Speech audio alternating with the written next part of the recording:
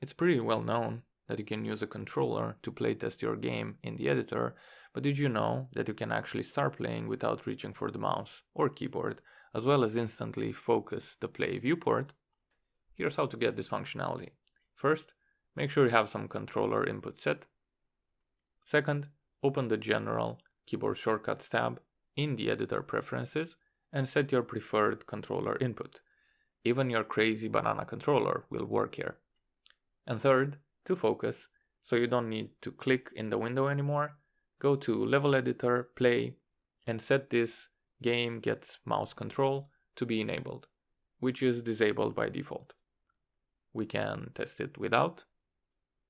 And then, with this option enabled, direct control with the controller for smooth playtests. Tune in every 2 weeks for more quick tips and tricks for Unreal Engine 5. Thanks for watching.